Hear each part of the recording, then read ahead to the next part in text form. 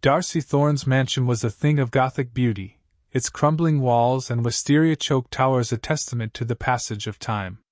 The once grand entrance, now barely visible behind a tangle of vines, stood like a silent sentinel, watching over the forgotten southern town. Cedar Walker, a young journalist with an insatiable curiosity, paused at the gate, taking in the sight of the mansion for the first time. It was as if the world had simply stopped at this point, as if the house and its mysteries were the only things that mattered. Her heart raced with anticipation as she stepped through the overgrown garden, the scent of wisteria thick in the air. She glanced up at the second-floor window, where Darcy Thorne herself was said to live, hidden away from the world. The thought of meeting her, of uncovering the truth behind the rumors and whispers, sent a shiver down Cedar's spine.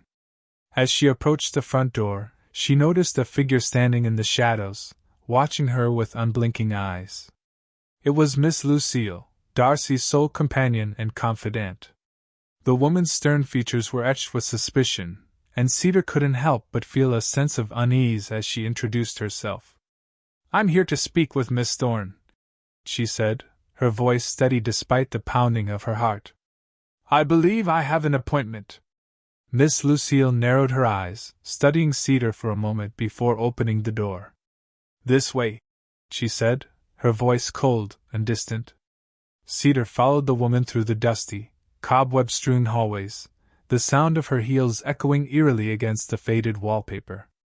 They climbed a winding staircase, the wisteria vines twisting their way through the banister, until they reached a door at the end of the corridor. Miss Lucille knocked once, then pushed the door open, revealing a dimly lit study. Darcy Thorne sat in a high-backed chair, her pale skin and unsettlingly wide eyes casting a strange glow against the shadows. She gestured for them to enter, and Cedar stepped inside, her heart racing.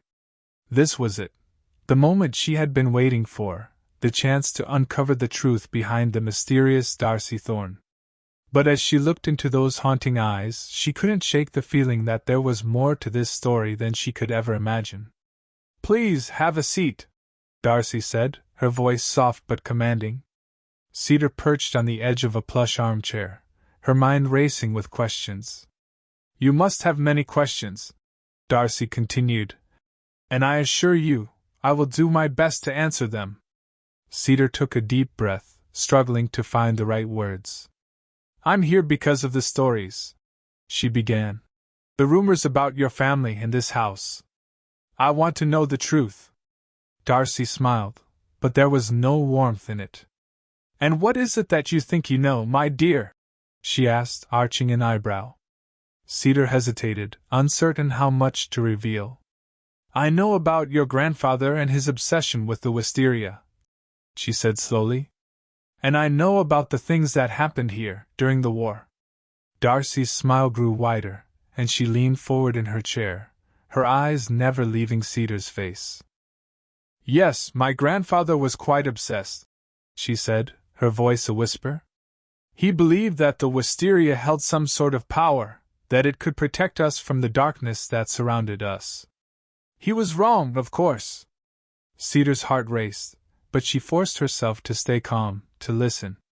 "The things that happened here, during the war," Darcy continued, "they changed everything. They changed us.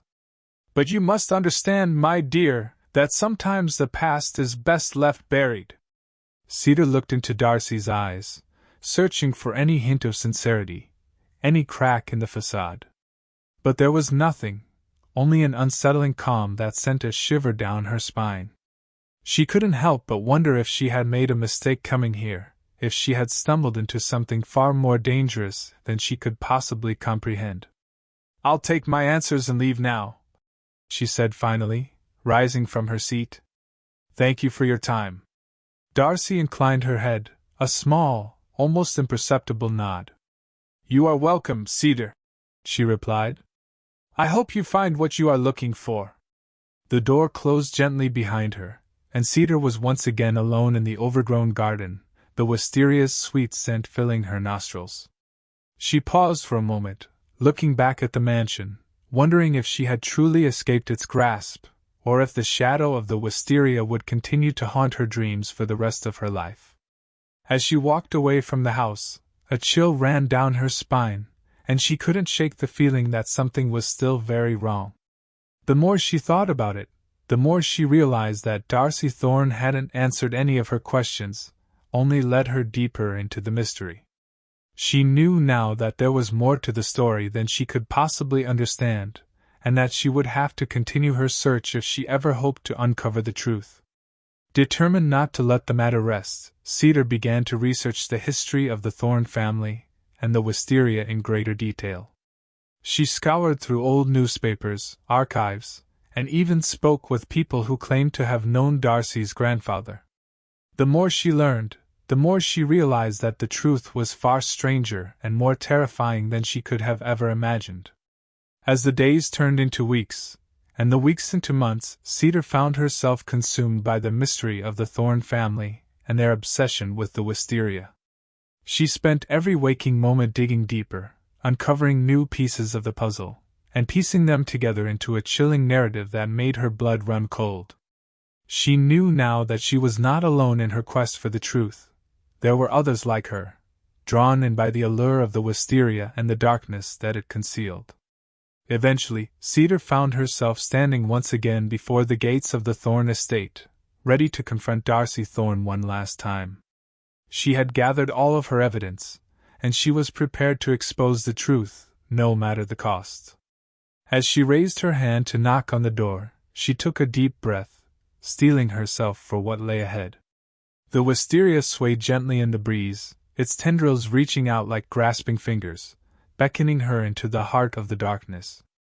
But this time, Cedar was not afraid. She knew that the truth was out there, waiting for her, and she was determined to find it, no matter the cost. With a resolute step, she rapped on the door, and waited for Darcy Thorne to answer. The fate of the world, it seemed, hung in the balance. The door swung open, revealing Darcy Thorne once again, her face a mask of calm composure. "Cedar," she said, her voice cool and collected. "I had hoped you wouldn't come back." Cedar squared her shoulders, taking a deep breath before speaking. "I'm here because I have proof," she said, brandishing a folder full of documents and photographs. "Proof of what your family has been hiding all these years." Darcy raised an eyebrow, inviting her in. As they stepped into the foyer, the Wisteria's sweet scent filled the air, almost overwhelmingly so. Cedar couldn't help but feel as if it were trying to seduce her, to draw her deeper into its deadly embrace. "Please," Darcy said, gesturing for her to sit down. "Tell me what you found." Cedar hesitated for a moment, glancing around the room before taking a seat on the couch. She flipped open the folder, spreading the contents out on the coffee table between them. "I found records of your grandfather's research," she began. "He was studying an ancient cult that worshipped a creature they called the Wisteria Demon. They believed that it could grant them eternal life, but at a terrible cost." Darcy's expression remained impassive, but Cedar could see the tension in her shoulders. "Go on," she prompted, her voice little more than a whisper. "Your grandfather discovered that the cult had been using a ritual involving the Wisteria to summon the demon," Cedar continued. "He managed to stop them, but the ritual had already begun to take effect. The Wisteria started to mutate, becoming infused with the demon's essence. It wasn't long before it started to exert control over your grandfather's mind. He became obsessed with it, convinced that the only way to save the world was to continue studying it." Darcy looked away, her gaze fixed on the Wisteria swaying gently outside the window. "And now?" she asked softly. Cedar paused, searching for the right words. "The Wisteria still holds power," she said at last. "It's like a beacon, drawing people in, making them forget who they really are. They become consumed by it, just like your grandfather. You're not the first person to come here looking for answers, Darcy. You won't be the last." Darcy's head snapped up, her eyes boring into Cedar's. "And what do you intend to do about it?" she asked, her voice cold and unyielding. Cedar met her gaze unflinchingly. I'm going to expose the truth, she said. I'm going to make sure that everyone knows what's really going on here. There was a long silence as the weight of Cedar's words settled between them. Then, slowly, Darcy nodded. Very well, she said at last. I shall not stand in your way. But remember, Cedar, the truth can be a dangerous thing. With that, Darcy turned and walked away, leaving Cedar alone with her thoughts and the folder full of secrets. She knew that she had made her choice, and that there was no going back. The fate of the world now rested in her hands. Cedar spent the rest of the day gathering more information about the Wisteria Demon and the ancient cult that had once worshipped it. She searched through dusty tomes in the library, pored over faded scrolls, and even consulted with experts on the subject. As the sun began to set, she knew that she had uncovered only a small fraction of the truth. But it was enough to start. She spent the night in the guest room, unable to sleep as the Wisteria's eerie song drifted through the open window. The next morning, she awoke with a plan. She would begin by exposing the truth to the public, using her research and the evidence she had gathered to make her case. But she knew that it wouldn't be easy. The Thorne family had been hiding these secrets for generations, and they would stop at nothing to protect their legacy.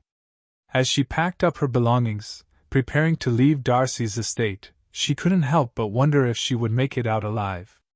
But she reminded herself that she was not alone.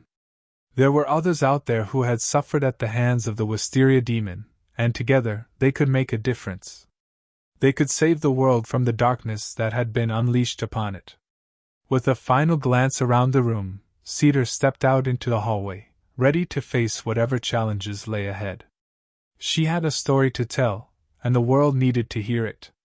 As she made her way through the manicured gardens, she couldn't help but notice the way the wisteria vines seemed to twist and curl around everything they touched. It was as if they were reaching out, trying to pull her back into the darkness. But she refused to let them win. The local newspaper was her first stop. She knew that she had to get the word out there, to make sure that her story was seen by as many people as possible. She approached the editor's office, her heart pounding in her chest, and presented her evidence. The editor listened intently, her eyes widening as she scanned the documents and photographs. This is incredible," she breathed. "But how can we be sure that this isn't just some elaborate hoax?" Cedar met her gaze steadily. "Because I have witnesses," she said. "People who have been hurt by the Thorne family and their obsession with the demon. They will come forward, if you give us the chance." The editor considered this for a moment, tapping her pen against her chin. Finally, she nodded. "All right," she said. "I'll run a story on this. But you'll have to help me verify your claims. You understand that this is a serious accusation we're making here?" "Of course," Cedar replied. "We'll do whatever it takes to make sure the truth comes out." As she left the newspaper office, Cedar felt a surge of determination. She had made the first step, but there was still so much work to be done. She knew that the Thorne family would not go down without a fight, but she was prepared for whatever they might throw at her. Over the next few weeks, the story began to spread. People across the country were talking about the Wisteria Demon and the ancient evil that had been unleashed upon them. There were those who refused to believe, who dismissed it all as mere superstition, but more and more, the truth was beginning to emerge. Cedar and the others who had been hurt by the demon continued to speak out, sharing their stories with anyone who would listen. They held rallies and protests, demanding that the Thorne family be brought to justice for their crimes against humanity. And slowly, the tide began to turn. The local authorities, initially skeptical, were eventually forced to investigate as the evidence against the Thorne family grew too overwhelming to ignore. They uncovered a web of corruption and secrecy that stretched back generations, a network of powerful and influential individuals who had all been working together to protect the demon and its masters. As the net began to close in on the Thorne family, they grew desperate.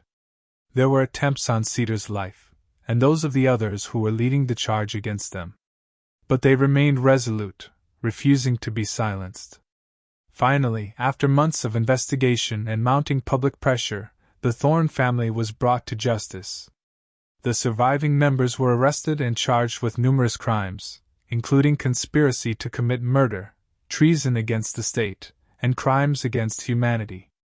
The trial was a spectacle, with people from all over the world watching as the truth about the Wisteria Demon was finally revealed to the world. In the end, the Thorne family was found guilty on all counts and sentenced to spend the rest of their lives in prison. The estate was seized by the government, and the wisteria vines that had once spread their deadly tendrils across the land were torn down and burned. The Wisteria Demon was defeated, its reign of terror over. But the scars it left on the world would never truly heal. For Cedar, the victory was bittersweet. She had lost so much in her fight against the demon, but she knew that she had made a difference. She had saved countless lives, and she had brought peace to a world that had been. Thank you for watching this video. I hope you enjoyed it. If you did, please subscribe to stay updated with our latest stories, give us a like if you want to see more, and drop a comment below to let us know your thoughts.